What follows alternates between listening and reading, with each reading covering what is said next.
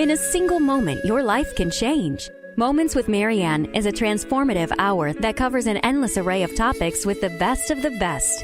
Marianne's guests are leaders in their field, ranging from inspirational authors, top industry leaders, business and spiritual entrepreneurs. Each guest is gifted and a true visionary, a recognized leader in their own work. They teach others to develop, refocus, and grow. Marianne will bring the best guest and sometimes a special surprise.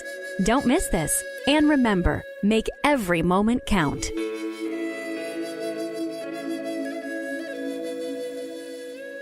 Welcome to Moments with Marianne. Today I'm so excited to be introducing Dr. Georgina Cannon, and she's here to talk to us about this third circle protocol. So welcome to the show, Dr. Georgina. Thank you. Thank you very much. Oh, what a delight it is to have you here. Well, it's fun being here. I mean, it's just a joy to chat with you. I love the way you interview. It's really terrific. Thank you. Oh, well, thank you. Well, you know, in your book, oh, how exciting to have this book out. And for our listeners that are new to you, what is the third circle and how does it make a difference? The third circle is a contract that people have in a relationship. It's the unspoken contract that we have with each other, like you and I, or teens and parents, or lovers, or husband and wife, or even ex-husbands and wives, bosses and employees, and anybody and everybody that has a relationship. And when you have a relationship with anyone, there's always a sort of unspoken contract, expectation.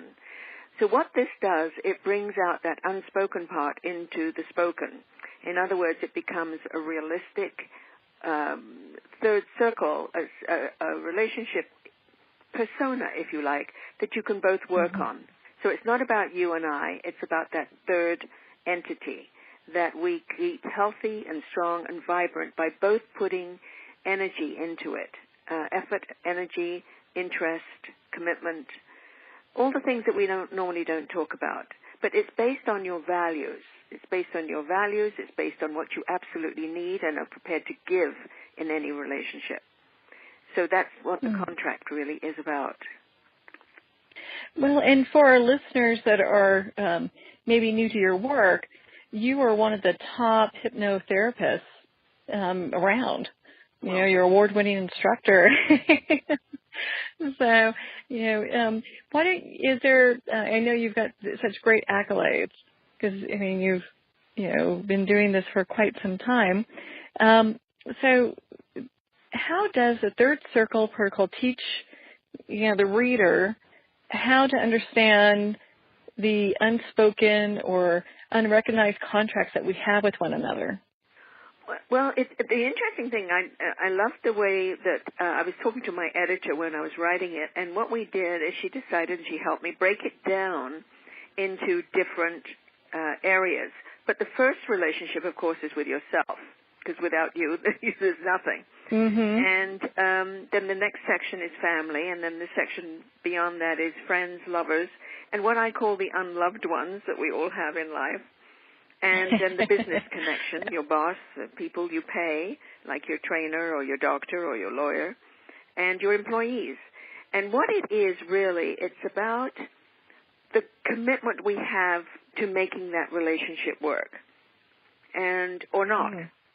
And particularly if it's a situation that's sort of rancorous, if you've got an ex-husband or an ex-wife and it's just not working well, or you've got teenagers that are really difficult to deal with, or you've got friends that you love, but somehow you've fallen out with them and you don't know how to get back together again. If you go through what's important to you in the way of a relationship and what's important to you around your values, then you'll operate from those values and you'll make it work. Because relationships make us who we are. We are nothing without without a doubt, yeah. Yeah. Does that explain it? Does that help? Yeah, it sure does. I mean, so it sounds like we pretty much have contracts with everyone we we come in contact with. Absolutely. Yeah, even now, when you go to the supermarket, for instance, and you go to the cashier, there's an unspoken agreement there. You pay your money, he or she packs your goodies in a bag, and you expect courtesy, and with luck you expect a bit more than courtesy, maybe some charm and some smiles and some friendliness. Mm-hmm. But the expectation is there, and if we don't get it, it makes for discord, even at that level. Yes. So, developing your expertise, did you develop these protocols working with clients, or was it through life experience that you're like, hey, I could see all this fits together? It was both, actually. Good question. It was both. Working with my sister, of course, we all have siblings. Well, no, we don't all have siblings, but those of us who are siblings know that sometimes it can get a little rocky. Mm-hmm. But the real catalyst for this was a client that came into the clinic about 8 years ago, and he'd just inherited a family business. I smile when I think about it because it was such a perfect picture. And along with what he'd inherited was the bookkeeper who'd been there since the business had started and had known him since he was 4 years old. So she kept treating him like he was 4 years old. So she'd taken a snapshot of him in her mind and still saw him as a 4-year-old little boy. So when he held a staff meeting and he'd try to make things change, she'd reach over and pat him on the arm and say, we're okay. We're fine the way we are. Yeah, right. So he held his temper until the following time he could get her on her own, and just lost his temper, got angry, and she came in the following day with cookies because she apologized, and he kept saying to me, I don't want her damn cookies. I just don't want her cookies, right? So I said, but what do you want? And from that came the concept of what is it you want? What is it you're prepared, what is it you absolutely need in a relationship, or relationships? For most people it's respect, it's to be heard, it's kindness, or whatever it is for you. What are you prepared to give, right? So from that beginning, I built this protocol, and I've been using it now for 8 years in the clinic, and it works very, very well. Isn't that how it goes sometimes? You learn, you have this aha moment or learn that one piece that puts the puzzle all together. That's right.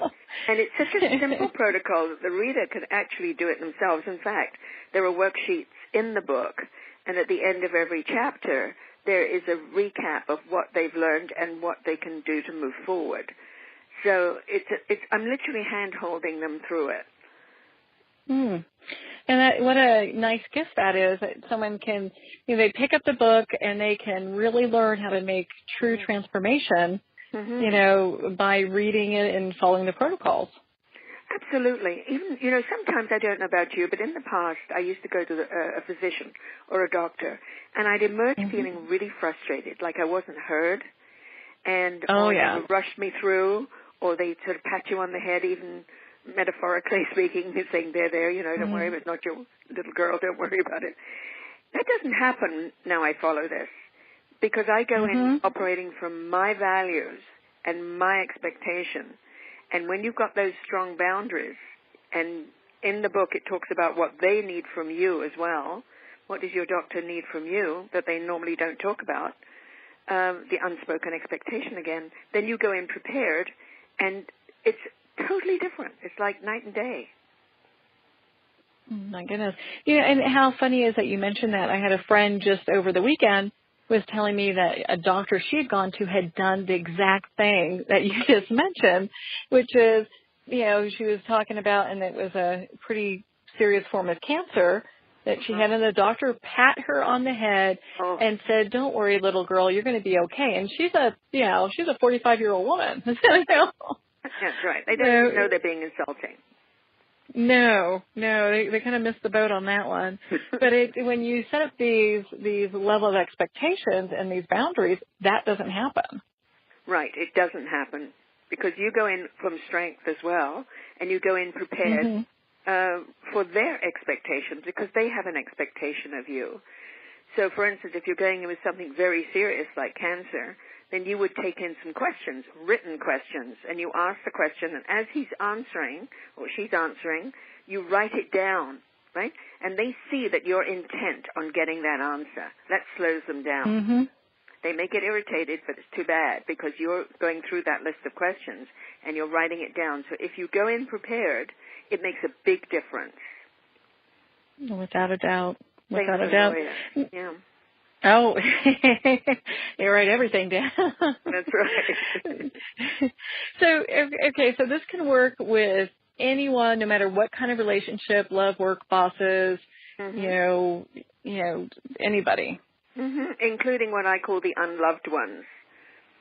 You know, we all in our lives have people, like, you know, if you have close friends and they have a partner that you don't particularly like, or there's an uncle in the family that is always drunk at family gatherings and is obnoxious. There's always somebody that you just is in your circle that you have to manage somehow. And you go in with a tight fist and a tight self, expecting the worst. This protocol allows you to accept them the way they are. And just not... Ooh, that's a big one. Not change them, but accept them. That's right. Yeah, exactly. So it doesn't Velcro onto you. It doesn't get stuck onto you.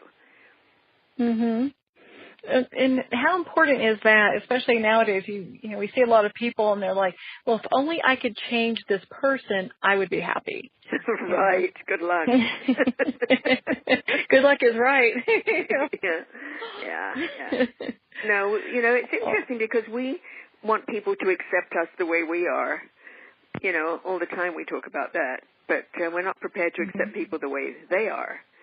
And once you get that piece, once you just say, you know, I guess that's the way he is, and that's fine. I'll just accept him for what he can give and who he is. And it's okay, because you're operating from your own level of values. Well, and, you know, again, it becomes very empowering as well, because when we release other people from the responsibility of making us happy, we gain that personal responsibility. You know, that's where all the magic happens, you know, because we don't need the outside influences then to create happiness or unhappiness. It doesn't really move our boat, you know? That's exactly it. We are responsible for the relationship. That's why you have to be comfortable in yourself first. That's why it all starts with yourself first. So people say to me, for instance, when I say to them, what are your values? And they might say, well, one of my values might be kindness or respect. And I say to them, do you respect yourself? Ooh. Exactly. Because if you don't, then you're not living your values. Well, and I found when I've talked with people in coaching or just people I've come across, you know, having that self-respect for themselves or that love for themselves is sometimes the most difficult one for them to be okay with or to obtain. Yes. And sometimes they have hard time with the love, you know, self-love, sounds so self-indulgent. That's why I say, well, what about respect? What about... well, that's a good one. Yeah. Because it pivots it into, because if we respect ourselves, it's showing ourselves love as well. And self-value. Ooh, I like that. Yeah. Ooh. Now, I know in your book you talk about, and I'm trying to figure out, I want you to share this with our audience. I mean, I know what you're talking about. I love for you to share this. Is what do you mean when you say the center core of your life is affirming interactive relationship? Yes. We are, by nature, at the very basic primal level, we are community people. We need each other. And whether we recognize it or not, we need community. And so when people come into the clinic and say to me, I have a lot of businessmen who come in and they say things like, well, I'm a self-made man. And I say, no, you're not. And they look at me and they say, well, yeah, let me tell you my story. And they tell me the story and I say, well, you know, that's fine. You did very well. But someone turned on the light for you this morning. Someone prepared the water so when you can turn on the tap, you can drink it. Someone made your car, you know, and they start to see that we are nothing without others. Even the food we eat, even the smile we get in the elevator as we go to work or whatever, we are a reflection of the energy that other people have put into our life. We are part of a tapestry. Even if we spend most of our time alone, we are still part of a tapestry. Even if you're one of those still have people, that, yeah. as a writer Mm-hmm. that spends all of your time alone and you go out occasionally into the big world, you still are part of a tapestry. Unless you live off the grid by yourself deep in the woods. And we have worries about people like that. Well, yeah, even in those scenarios, I mean, you got to come down from the mountain at some time and restock your refrigerator, you know? Exactly. So. Exactly, yeah. Mhm.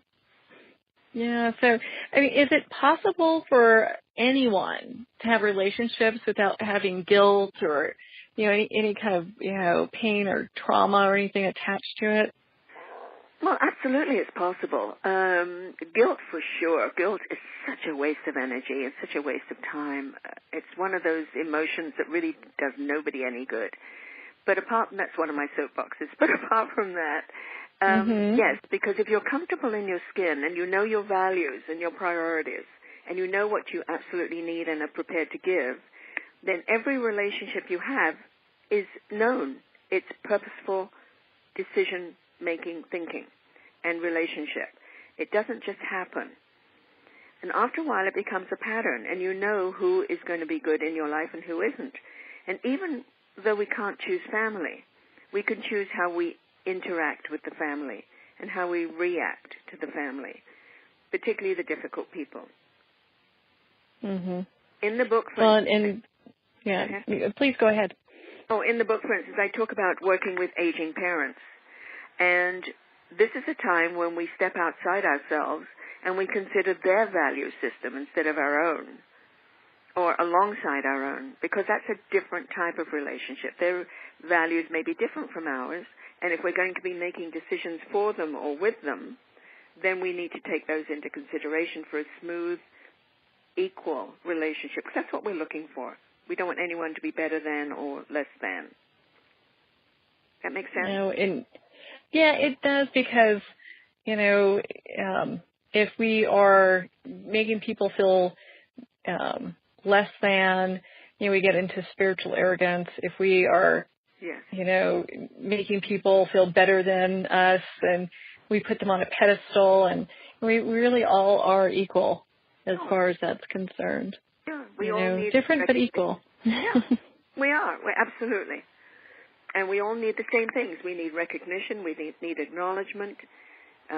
We need consideration, kindness, respect, love. Yeah. Love, all of those things. Yeah. Now, I have to ask you, why is your way of working with people, why does that make such a difference? Because it gives you ownership, because it empowers you, the person. It enables you to live a fulfilling, respectful, and I keep coming back to that word, respectful life for yourself and others. It allows you to communicate. Sometimes that word can't be used enough, Right, right. Yeah. Yeah, it allows you to connect with others at a level, at one point in your life you might not have been able to. So even if someone has really done you harm, you see it from a different point of view. You look at it from your sense of values. And if they're in your family, for instance, and they've caused you harm, or they're an employer that has not treated you very well, then you can look at them from a sense of values, not reacting, but acting, and considered acting, and you have an immense sense of self-power, self-containment, considered thinking. It's the contract. It's there anyway. Why not make it work for you? That's the real without point. A doubt. Yeah, that's the point, right? Contract is there anyway. Yeah, so you can make it an enjoyable, empowering experience, or one that's filled with angst. And be a victim of it. Be a victim of it. You know? Why not? Oh yeah. Yeah. Yeah, and I mean, me personally, I don't do victim, so that's why your work really resonated with me. I'm like, personal empowerment, yay! I love this. Right. Oh my goodness. Now, you talk about relationships with professionals in our lives.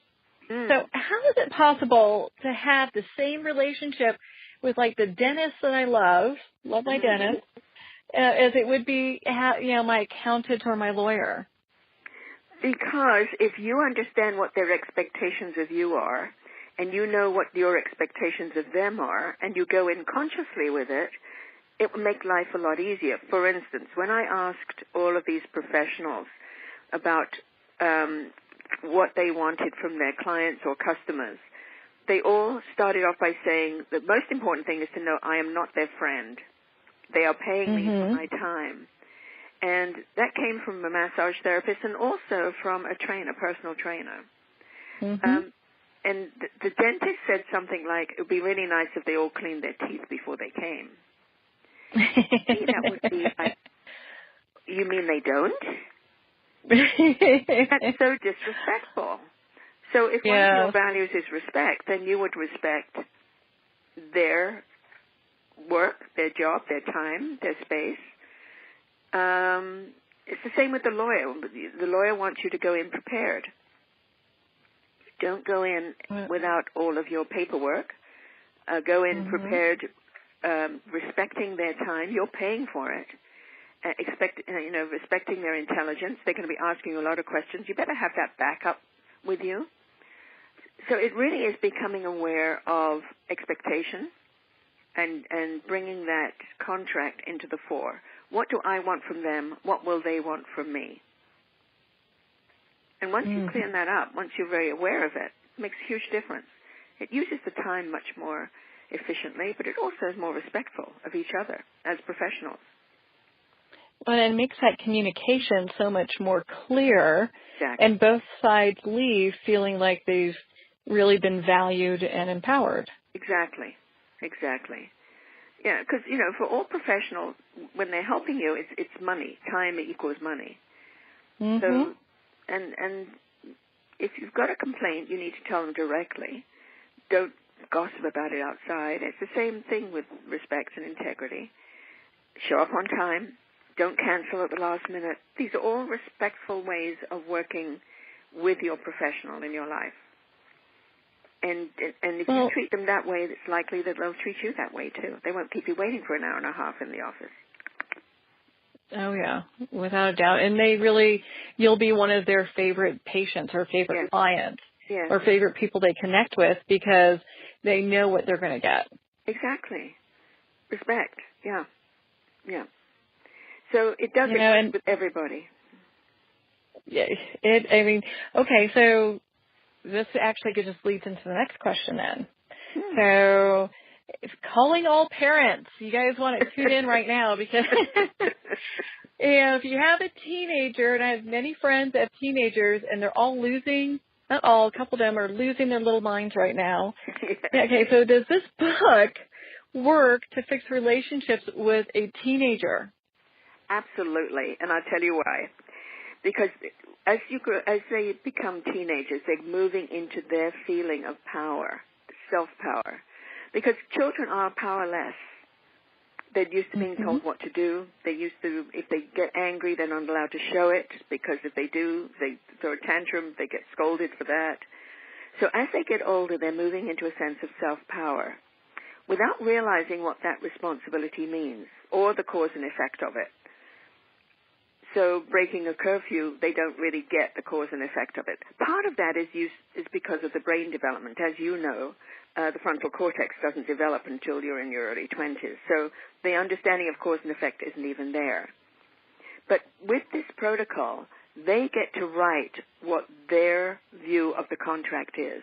What do they absolutely need from their relationship with their parent? What do they want, and what are they prepared to give to it? And what are their life values? And actually in the book, I have a case history of a teenage girl and her mother. And the mother was very scared because she thought her teenage daughter would want to run all over the city and stay out all night and do all that. But in fact, that's not true.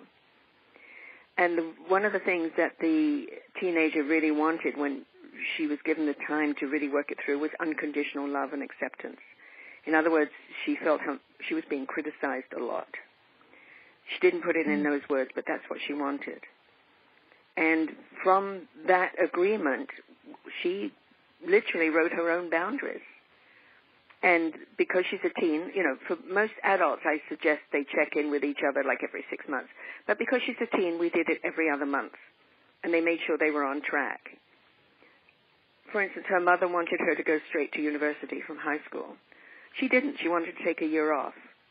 And she wanted to travel. So the agreement they both came to was that she could do that as long as she didn't lay around the house. She worked, and she paid half her fee for travel, half the money for travel. That's the agreement they came up with. And one of the things... That's a good agreement. Yeah. It was a great agreement, and it would never, ever have happened without this. As a parent, we have to put aside the shoulds and you musts and allow the teenager to develop for the very first time, also adults for the first time quite often, consider what their values are, what their priorities are, and what they want from this relationship. And so the mother, first of all, said, I want my daughter to be safe. And I said, no. That's her. What about you? What do you want? So getting people to really get centered and get deep into that for themselves and allow the other person to do the same thing, then you're building a contract that can be lived and used and respected. And again, circling back to the word that, basically the word for the show is really respect. Giving people the respect that they are asking for in relationships. Yes. Well, gosh, yes. Doctor, we could spend all day talking about this. I find this to be such an intriguing book that you've written, and I just love the information that you're sharing about this. Can you tell us a little bit more about the work you do and where our listeners can find you? Sure. I am a hypnotherapist. I'm a couples relationship counselor, and I teach hypnosis both at the University of Toronto and in my own school. I teach past life regression. I do a lot of past life regression and interlife, or life between lives, teaching and sessions in the clinic. And I write books. They can reach me at my website, which is georginacannon.com. Mm-hmm. The phone number, well, it's a local phone number, so it's 416-487-3966. But they can email me through the website, which is probably the better idea. And the book will be available at all major bookstores, Barnes & Noble, Amazon, of course, worldwide, because it's published in Britain, so it's there already, which is fun. And oh, that's great. Yeah, it is great. And it was just released on December 13th, so it will be, just yes. the perfect, the perfect gift that people can pick up and use for stocking stuffers or have for that special loved one for the holidays. Absolutely, yes. And of course, they can pre-order it through Amazon, and they'll have it delivered in time. Well, and they can go to your website as well. And what's that website address one more time?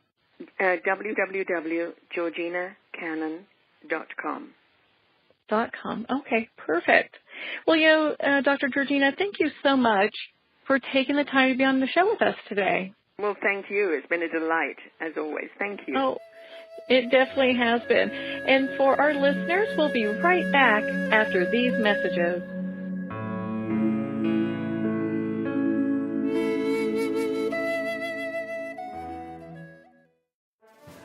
Internationally recognized and award-winning author Judy Goodman works and teaches outside the box of limited thinking. Working with people from every walk of life, her goal is to empower you to be the best you can be, no matter what the challenge is. Born with the gift of seeing beyond our normal vision, she has an extraordinary gift of working with every challenge. Teaching beyond conventional wisdom, her work is described as life-changing. Visit judygoodman.com. That's judygoodman.com.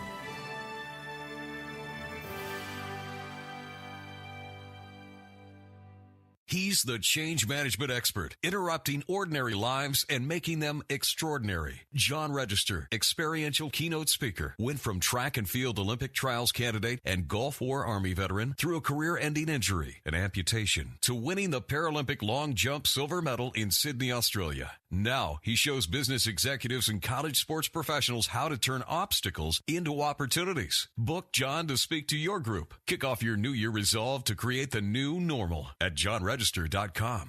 Need an appointment with a world-class intuitive? Worried about health, finances, relationships, or career? Hire the woman $1 Million Executives hire repeatedly. Zen Cryer DeBrook, a tested, award-winning intuitive, is taking new appointments. Zen's readings are very clear, direct, and actionable. They boost your momentum and productivity and get you on track and moving very quickly to where you want to be. Get a fresh strategy that works, personally and professionally. Schedule today at appointmentwithzen.com. Appointmentwithzen.com. For over 4 million people, the clock is ticking as they hope and pray for a miracle, waiting for someone to offer them a kidney and another chance at life. Ari Sittner answered that call. Ari is a social worker, therapist, rabbi, coach, consultant, and keynote speaker, and the author of the new book, The Kidney Donor's Journey. This inspiring story shares Ari's remarkable experience of faith, family, and kindness as he saved the life of a single mom with 3 kids. Find The Kidney Donor's Journey on Amazon and visit Ari at akidneydonor.com. I know we are unlimited, not only because I healed myself of chronic disease in only 3 weeks, but because I know what has helped thousands of my clients transform their own lives. My book, A Short Path to Change, 30 Ways to Transform Your Life, offers 30 easy and quick tools you can use to help transform any aspect of your life. Visit and subscribe to my site, JennyMannion.com, JennyMannion.com, for free gifts, including a guided healing meditation and the first chapter of my book. I look forward to offering you easy ways to help you get clear for the new year. If not me, then who? This ethos is driving the Travis Manion Foundation to empower veterans and families of fallen heroes to develop character in future generations. In 2007, Marine First Lieutenant Travis Manion was killed in Iraq while saving his wounded teammates. Travis's legacy lives on in the 5 words he spoke before leaving for his final deployment. If not me, then who? Guided by this mantra, veterans continue their service, developing strong relationships in the community, and thrive in their post-military lives. Visit TravisManion.org and ensure the character of our nation's heroes lives on in the next generation. If not me, then who?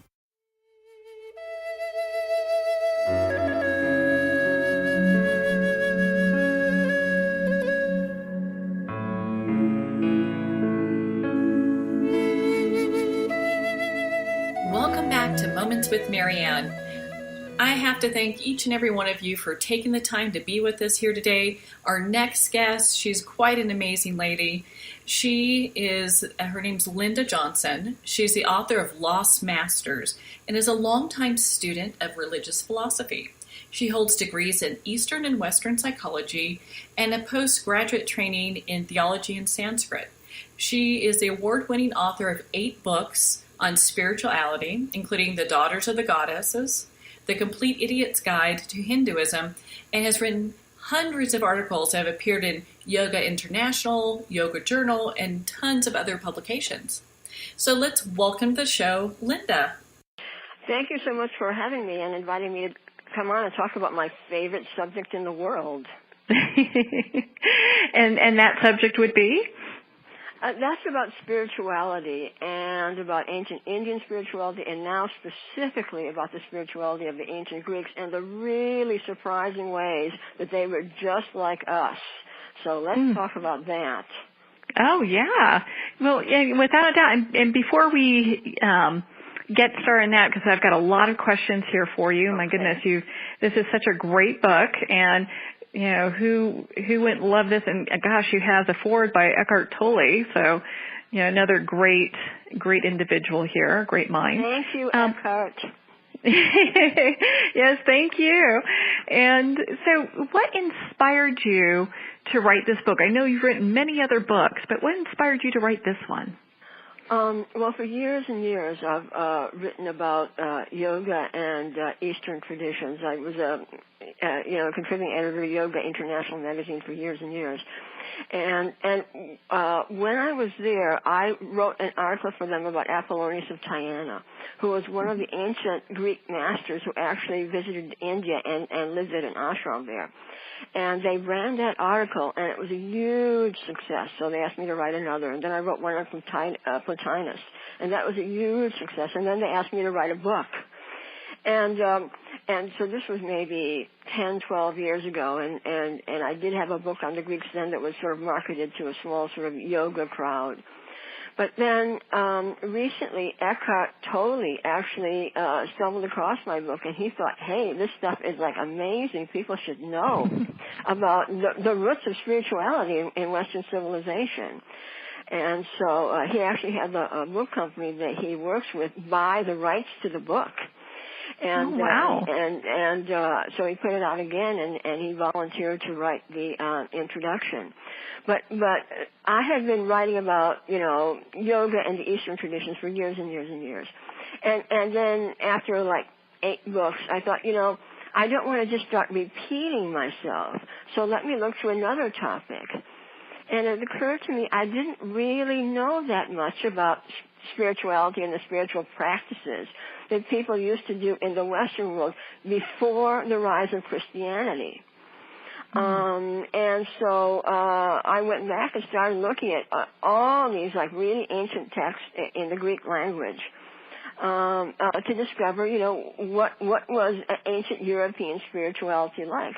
And I had no idea that would lead me right back to India because there's so many connections and parallels with the yoga tradition. But it was mind-blowing to discover what was going on with the Greeks. We always heard, well, they're the founders of scientific materialism. That's what I heard in school. But what they tell us about themselves is they were intensely interested in spirituality. Many of them believed in karma and reincarnation. A lot of them were vegetarian. They meditated. They studied near-death experiences. They fought for animal rights. They tried to understand God and the nature of their own souls. Now they were the Greeks, so they had a very rational approach to this. But they did not consider metaphysical subjects to be off limits like a lot of scientific types do today. Mhm. Yeah, it's today it seems like there's kind of there has been for many years that wedge in between the the New Agers and the science community, and it seems to be kind of coming more full circle, as opposed to anything. And exactly. If you don't mind, I'll just tell you 1 or 2 quick stories. Yeah. Pythagoras. Now, this is the guy who invented the theorem that we were all forced to learn, in math class in grade school. Mm-hmm. But what we never heard was that he founded a hugely successful spiritual community in Italy. Like, this was around 600 B.C. And his followers meditated. They ate no meat. They drank no alcohol. They worked out every day. They practiced music therapy. And they tried to reach enlightenment. I never heard that Pythagoras spent decades studying with spiritual masters in Egypt and Syria and Persia, and even, according to one ancient source, with Hindu Brahmins. And get this, Pythagoras' first teacher was Thales, and he was the guy that when we were in grade school, they said, Thales was the father of Western science. But it was Thales who encouraged Pythagoras to go to Egypt because Thales himself had studied with the priests there. I mean, whoever heard this?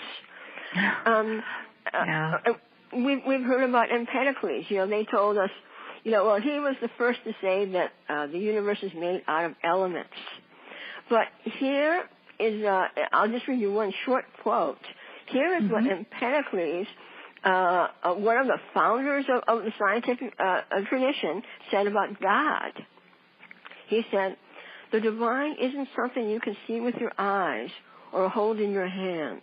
It doesn't have a face or feet or gender, but is pure consciousness whose awareness extends throughout the entire cosmos. divine being is nothing but consciousness in every direction and eternally rejoices in the encircling silence. Now today, Marianne, I mean, we call this Eastern philosophy, but 2,500 years ago, this was Western philosophy. That is I mean, most people don't even know that. They have no clue that has those kind of roots, those types of beliefs. No, it blew my mind when I went back and found this. Empedocles, by the way, was a doctor, but he was a very, very popular public speaker. So anytime he would appear, huge crowds would gather around him. And you might wonder, well, what did he, he's a doctor, so what is he advising people to do, for their health? Mm-hmm. And then you read in these ancient fragments, what he told people was, he told them to meditate. We never heard about any of this. We never heard that Alexander the Great had a guru. Alexander went to, he conquered the known world, as we all remember from our history class, until he finally got to India, which was the one country he was not able to conquer. But what we read in numbers of the ancient sources, because there were men who were like reporters are today, who traveled with him to cover, his conquest and what was going on. And they tell us virtually the first thing he did when he arrived in India was he sent out a search party to find some of these yogis that he'd been hearing about. And there are really, really famous stories in the Greek literature about Alexander's encounters with the yogis. And he actually took one of them back with him to Persia. It's like, who was his spiritual teacher. It's like amazing. Well, and, it's interesting to hear these different roots. I think most people would think that the first ashram would be developed in the East, when that's not the case. Well, there have been ashrams in India for thousands of years, but we have this idea that spiritual communities like that only existed in countries like India, but they existed in Greece and Italy too, thousands and thousands of years ago. We have this completely false idea that the ancient Greeks were self-educated geniuses who thought of all their ideas by themselves.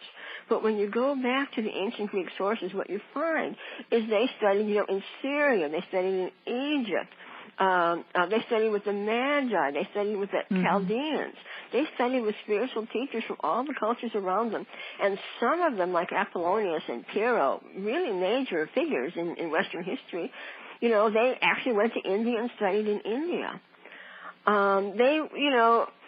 When we explore spirituality today, we're not betraying the Western intellectual heritage. We're actually following in the footsteps of the men who founded it. Not all of them. Obviously, there were some like Democritus who were atheists or just believed in nothing but atoms and the void, as Democritus would say. But the majority of them, they wanted to understand what consciousness was. They wanted to understand what the soul was. There's even this amazing word in Greek, heinosis. Hein is the Greek word for one. So heinosis means state of oneness. And what these meditators in ancient Greece and Rome were trying to do was to achieve the state of heinosis, which is the same thing as samadhi. Students of yours who are yoga students will know what that word means. These deep states of meditation where you achieve, a sense of oneness with the entire universe, with the all-embracing divine consciousness. And many of the ancient Greeks, the founders of our culture, were into all of this. Now, you talk about how they were also interested in reincarnation and near-death experience. Yes. What did you find in that? Because I'm fascinated that they, so far back that they were even looking at that. Yes, we read about that in Plato and Plutarch and other ancient sources. When people were declared dead, and in one case the person was actually being carried to his pyre, and then he returned to consciousness. And they were just fascinated with stories about what these people were experiencing and what you might call, it's not exactly the death state, but a near-death state. Mm-hmm. Yeah. And some of it was a little bit chilling. Like, for example, one of the things that numbers of the Greeks talk about, that information that was brought back from these near-death states, was that criminals who got away with their crimes, and so they were not punished for them in this life, in the after-death state, the suffering is even more intense. So actually, when you're a lawyer and you get a criminal off, you're not doing them a favor, because what they did will catch up with them, according to the ancient Greeks. Which makes perfect sense, state. you know? Yeah, it's really, really interesting. Wow. Well, now, I know in your book you talk about Jesus as well, so how does he fit into all of this? Oh God, that's just such a huge topic, man. I know, it's kind of a biggie, but maybe we could take it in a little bite size. Okay. Well, I actually have a very, very strong Christian background myself. From grade school through graduate school, all Christian schools, and so on. But Jesus. Early Christian, one of the things that puzzled me about the Bible is that there's a lot about ethics and about how you should live and establishing a relationship with God. It tells us, be still and know that I am God, but it does not tell you how to be still. And it doesn't really go into detail about spiritual practices, so you kind of get the idea that Jesus wasn't into all of that. And then when you go back and look at some of these texts that have been discovered since the 1940s, like in Nag Hammadi, for example, and it turns out that much of early Christianity was very, very mystical. They even had their version of like the 7 chakras and the struggling to attain mystic state, so that at the time of death, you could just go immediately into the light and hold yourself there and stay there and return to your source and not be reincarnated, which many of the early Christians did believe in reincarnation also. And so that there's this whole side to Christianity that, just like all this information about the Greek spirituality, it's been lost, or, actually, to be more frank, was deliberately wiped out. Yeah. And so we've lost, this highly mystical aspect of the ancient pagan and of the ancient Christian traditions. Yeah, I would agree with you on that. I think that it really is a shame, because they talk about the lost years, which, I think we're kind of finding more that they weren't as lost as people think, Yes, Jesus' lost years. My bias is not to be biased when I look at ancient history. I'm not looking to it to confirm, what I would prefer to believe.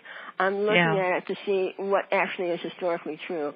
And I was really excited when I heard that there is that Jesus may have visited India, and this was years ago. And I thought I would definitely have to write a book about that, because it's so important historically.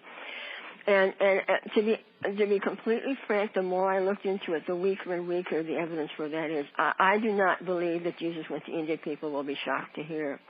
Oh, I think they will be, yeah. Yeah. The evidence just melts like butter in the sun once you look at it closely. And where the evidence actually points to is that Jesus actually spent a lot more time in Egypt than we realized. Now, we know from the Bible that Jesus was taken to Egypt when he was, shortly after he was born. There's 2 connections with India here. And one is that Apollonius, the great sage, who went to India and studied there. He then returned and went to Egypt and also spent time with the Egyptian hierophants. And one of the amazing things he said was that the esoteric teachings, the teachings that have been lost from ancient Egypt, he was there when that was all still alive. And he said the teachings of ancient Egypt were so similar to the teachings of India that it must have been that in vast antiquity, yogis from India came to Egypt and taught them the esoteric parts of their tradition. So it is possible that when Jesus was in Egypt, he may have been exposed to these teachings that may have come from India. And just let me throw it, because people are going to be really frustrated with me that I don't think that Jesus was in India.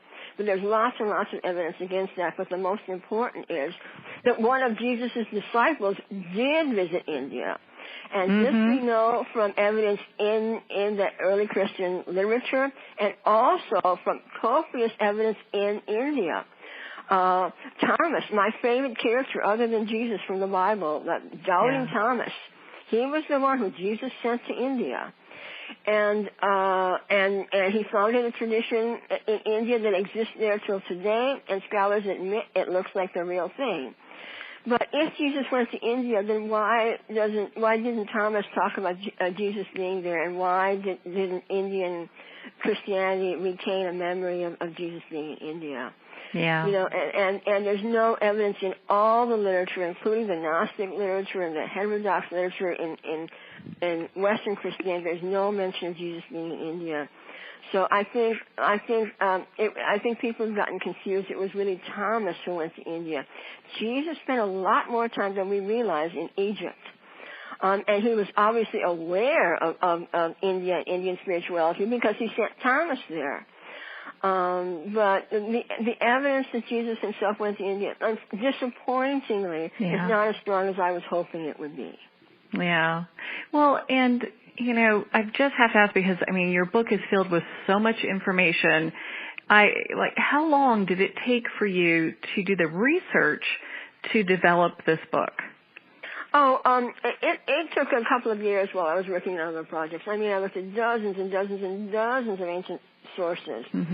Diogenes Laertius, Diodorus Siculus, the works of Plato, Aristotle, Plotinus, Proclus, Iamblichus, the Chaldean oracles, the Corpus Hermeticum, the Orphic, on and on. I looked at all this material, and but it was such a pleasure. It was such an orgy, you know, for me to be reading and learning about this, about my own spiritual heritage, my own Western spiritual heritage that I hadn't even known existed. That it was just a delight and really exciting and spiritually galvanizing. You know, like Plotinus, to my mind, the greatest thinker in all the history of Western philosophy up to the present time. You know, he was the one who, when the rabbis in Spain discovered Plotinus' teachings, they turned their own teachings into what we call the Kabbalah today.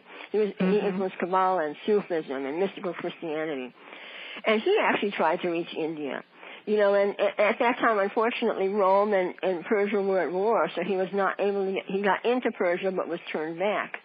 Fortunately for Western civilization, since then he came back to Rome and founded a very, very important school there called Neoplatonism, taught people how to meditate, taught people about the one, and attaining states of hypnosis to experience the one, not just as something, you know, theoretical, but as something, a living, actual, really experience you can have. It was so exciting to learn about. I could imagine, especially, you know, because going through these ancient texts is like finding a gem every time you do that adds, you know, a greater piece to the story that you wrote in Lost Masters. Marianne, I actually took a course in Greek philosophy in college. And my Jesuit professor told us, okay, here's what to read. Now, there's these other sections.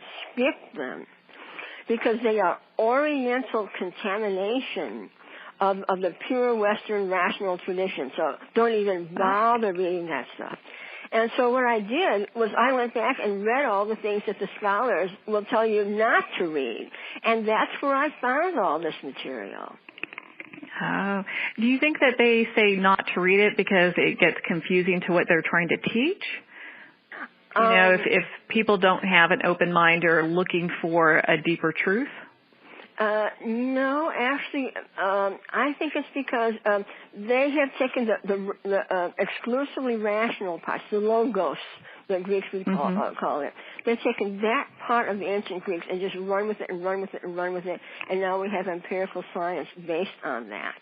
Yeah. But there's a part of the cosmos and of human nature that's higher than the logos, according to most of the Greek thinkers. And that was the nous, the spiritual element, the noetic element, we would say today. And that part the scholars are embarrassed by because they think it's superstitious or it's too much like Indian philosophy. You know, that's not, you know, our Western tradition. But the thing is, it was our Western tradition. You know, from the period that I researched, from about 600 BC to about 600 AD, that was the Western philosophical and spiritual tradition. So, did you have like difficulty finding any certain texts that you just had to get your hands on? Did you have to do a lot of travel for this, or did it just kind of show up as you needed it? Oh, that was no problem. I mean, the problem is that, you know, 98% of the texts were lost in antiquity. You know, libraries were burned and so on. Yeah. So most of the material was lost, so only like a small fraction of what used to exist still survives. But scholars have been pretty good about, you know, translating that, and so if you go to any university library and easily find this. So I have bookshelves full of translations of ancient Greek texts and the original Greek. No, it's not hard to find. It's just that nobody looks anymore because everyone thinks, oh, the ancient Greeks, they were just boring. And it turns out they were nowhere near as boring as we thought. It's way exciting, actually. The name of my book, in case anyone is interested, by the way, it's Lost Masters, Rediscovering the Mysticism of the Ancient Greek Philosophers. And it does have an introduction by Eckhart Tolle, who also was really excited about this and wanted people to know about their own Western spiritual heritage. Oh, without a doubt. And where can our listeners find your book that they can purchase? Because everyone should get their hands on this book. It's you know, if you're interested, you know, in like channeling and just kind of entities and stuff like that. I mean, even with philosophers like I am, because I have lots to say about that New Agers can learn a lot about stuff like that. But if you want to get the book, and there's a chapter on him in my book that will blow your mind. But you can get the book at Amazon.com. You can get it at BarnesandNoble.com. You can get it at Indie Books. Or, heck, you know, go support your local bookshop. You know, if they don't have the book there, ask them to order it for you, and they'll be happy to get it for you. But it's out. It's widely available. Yeah, your book is available at all major retailers, and so people can go ahead and do that or download it on Kindle. You know, thank you so much for taking the time to be on the show with us today, Linda. I know we just briefly dived into this, but I mean, there's so much wonderful information and such great research that you did for this. I just want to thank you for taking the time to be with us here. Marianne, thank you for having me. Well, that's about all the time we have for today. I'd like to thank everyone for taking the time to tune in. Again, thank you for all the letters I've been receiving and suggestions for show guests. We've got a fabulous lineup that's coming in 2017. And so I want to hear what you have to think about the guests that we have and any other guests that you would like to see. This is going to be a dynamic year for us all. It would be great to have some people that will elevate us spiritually, in business, and just on the wellness platform as well. So take the time, drop me a note, and you can reach me at Marianne at mariannepastana.com, or you can just go ahead and message me on Facebook, Twitter, and let me know your thoughts. So holidays are just right around the corner. Take time also to look at the veteran groups that we have been highlighting over the last year and see if maybe there's somebody you want to participate with, either in donating or donating time. You know, our veterans do such great work for us, and, you know, it's nice to be able to at least pay that back and be of service to them as well. So, again, thank you for tuning in today. And remember, make every moment count.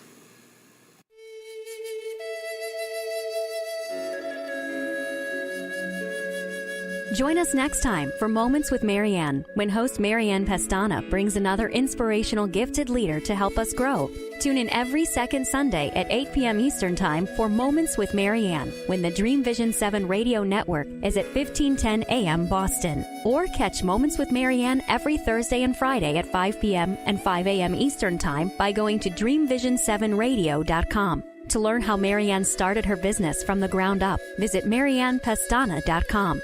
Don't miss this, and remember, make every moment count.